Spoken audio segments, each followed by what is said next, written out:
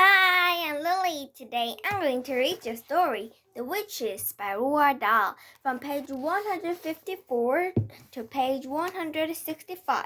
Okay, let's read it. The plan. When we got back to the bedroom, my grandmother took both me and Bruno out of her handbag and put us on the table. Why on earth didn't you speak up when your father? And to tell your father who you are, she said to Bruno. Because I had my mouth full, Bruno said. He jumped straight back into the bowl of bananas and went on with his eating. What a very disagreeable little boy you are, my grandmother said to him. Not boy, I said mouse. Quite right, my darling, but we don't have time to worry about him at this moment. We have plans to make. In about an hour and a half's time, or the witches will be going down to supper in the dining room, right? Right, I said, and every one of them has got to be given a dose of mouse maker, she said. How on earth are we going to do that, Grandmama? I said. I think you're forgetting that a mouse can go places where human beings can't. That's quite right, she said, but even a mouse can't go creeping around the table on the tabletop, carrying a bottle and a sprinkling mouse maker over the witch's roast beef without being spotted. I wasn't thinking of doing it in its dining room, I said. I wasn't thinking of doing it in the dining room, I said. Then where? She asked. In the kitchen, I said, while their food is being get ready. My grandmother stared at me. My darling child, she said slowly, I do believe that turning you into a mouse has doubled your brain power. A little mouse, I said, can go skirting round the kitchen among the pots and pans. And if he's very careful, no one will ever see him. Brilliant, my grandmother cried out. My golly, I think you've got it. So, the only thing is, I said, how will I know which food is theirs? I don't want to put it in the wrong saucepan. It would be disastrous. If I turned over the other guests into mice by mistake, oh my gosh. So where is it? Sorry, wait a minute. Okay, so it would be destroys if I turned over the other guest into my sweet mistake, and especially you, Mama. Then you will just have to creep into the kitchen and find a good hiding place and wait, and listening to what the cooks are saying, and then with a bit of luck, someone's going to give you a clue. Whenever they have a very big party to cook for, the food is always prepared separately. Right, I said, that's why I will have to do. I shall wait there and I shall listen and I shall hope for a bit of luck. It's going to be very dangerous, my grandmother said. Nobody welcomes a mouse in the kitchen. If they see you, they will squash you to death. I won't let them see me, I said. Don't forget you will be carrying the bottle, she said, so you won't be nearly so quick and nippy. I can run quite fast standing up with the bottle in my arms, I said. I did it just now. Don't you remember? I came all the way up from the ground. I was just run carrying it. What about unscrewing the top? She said, that might be difficult for you. Let me try, I said. I took hold to the little bottle and using both my front paws, I found I was able to unscrew the cap quite easily.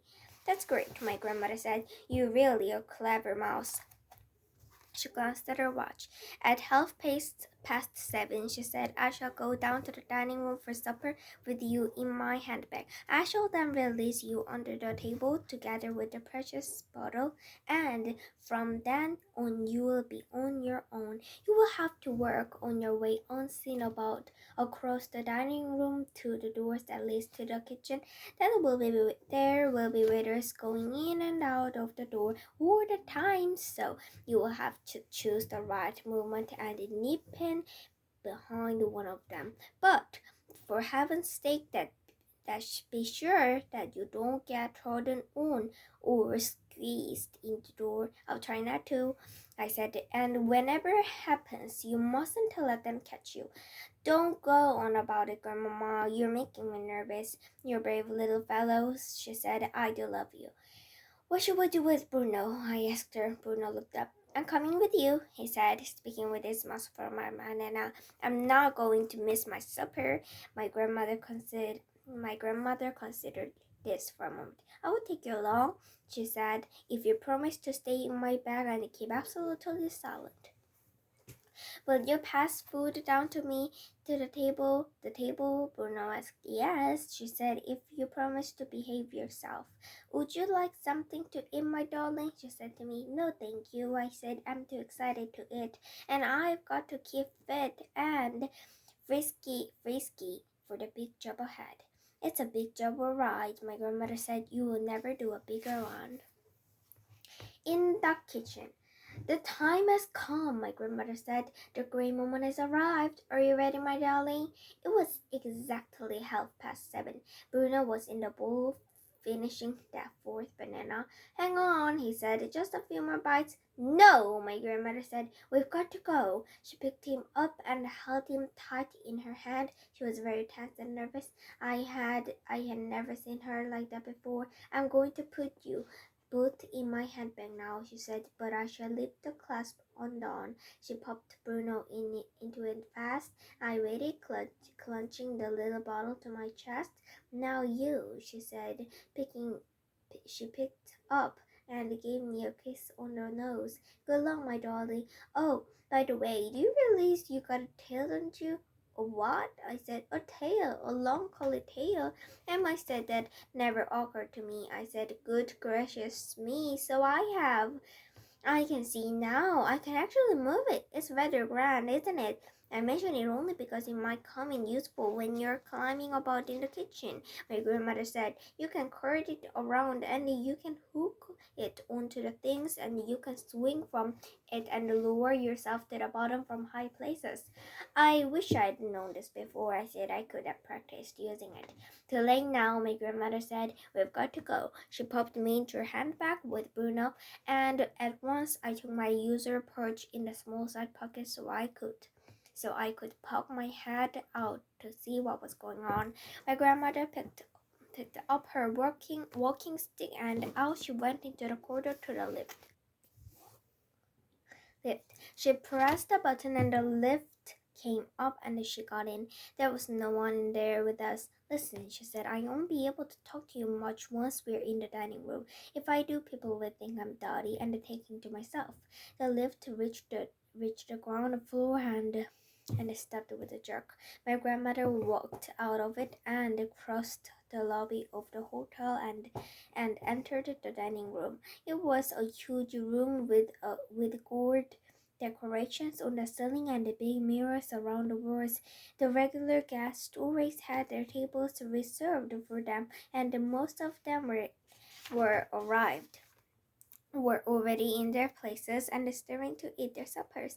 Waiting were buzzing about all over the place, carrying plates and dishes. Our table was a small one beside the right hand were about halfway down the room. My grandmother made her way to it and sat down. Peeping out of the handbag, I could see in the very center of the room 2 long tables that were not yet occupied. Each of them carried a notice fixed onto a short old saber stick, and the notices read, reserved for members of the RSPCC. It's the thing. Wait a minute. Today I said I was going to read you to 165. 63? Okay, but let's read it. So, my grandmother looked towards the long big tables, but said nothing. She unfolded her napkin and spread it over the handbag on her lap. Her hand slid under the napkin and took hold of me gently and Gently, okay, with the napkin covering me. She lifted me up close to her face and whispered, I'm about to put you on the floor under the table. The tablecloth reaches almost to the ground so no one will see you. Have you got hold of the bottle? Yes, I whispered back. I'm ready, Grandmama. Yeah, just then a waiter in a black suit came and stood by our table. We could see his legs from under the napkin, and as soon as I heard his voice, I knew who he was. His name was William. Good evening, madam, he said to my grandmother. Where is the little gentleman tonight? Oh, he's not feeling very well, my grandmother said. He's staying in his room. I'm sorry to hear that, William said. Today there is a green pea soup to start with, and for the main course you have a choice of either grilled fillet and stew or roast lamb. Pea soup and lamb for me, please, my grandmother said. But don't hurry, William. I'm in no rush tonight. In fact, you can bring me a glass of dry sherry first. Of course, madame, William said, and he went away. My grandmother pretended she had dropped something, and as she bent it, she slid me out from the under napkin onto the floor under the table. Go, darling, go, she whispered, and then she straightened up again. I was on my own now. So I stood up. I stood clasping the little bottle. I knew exactly where the door into the kitchen was. I had to go about halfway around the enormous dining room to reach it. Here goes, I thought, and like a flash, I skittled. I skittled out from under the table and made for the door. I had no intention of going across the dining room floor. It was so far too risky, so my plan was to cling close to the skirting of the wall all the way around until I reached the kitchen door. I ran. Oh, how I ran. I don't think anyone saw me. They were all too busy eating, but no reached the door leading the kitchen leading to the kitchen. I had to cross the main entrance to the dining room. I was just about to do this when in poured a great flood of females. I pressed myself against the wall, clutching the bottle. At first, I saw only the shoes and ankles of these women who were surging in through the door. But when I glanced up a little bit higher, I knew at once who they were. They were the witches coming in to dinner. I waited until they had all passed me by. Then I dashed on towards the kitchen door. A waiter opened it to go in. I nipped in after him and hid behind a big grudge bin on the floor. I stayed there behind a big gorgeous bin on the floor. I stayed there for several minutes, just listening to all the talk and the racket. By golly, what a place the kitchen was! The noise and the steam and the clatter of pots and pans and the cooks all shouting and the waiters all rushing in and out of the dining room yelling the food orders to the cooks. 4 soup and 2 lambs and 2 fish for table 28. These apple pies and the 2 strawberry ice creams for number 17. Stuff like that going on all the time.